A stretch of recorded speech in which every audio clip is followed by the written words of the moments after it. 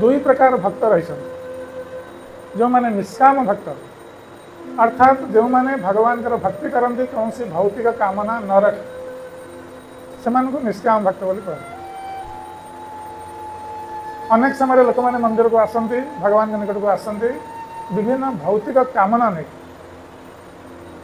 तेणु से भगवान के निकट को आसती भगवान को प्रार्थना करते धनम दे रूपम दे ये सब मागती भगवान के निकट को आस तेणु से होती सकाम भक्त से निष्काम भक्त न से कामना रही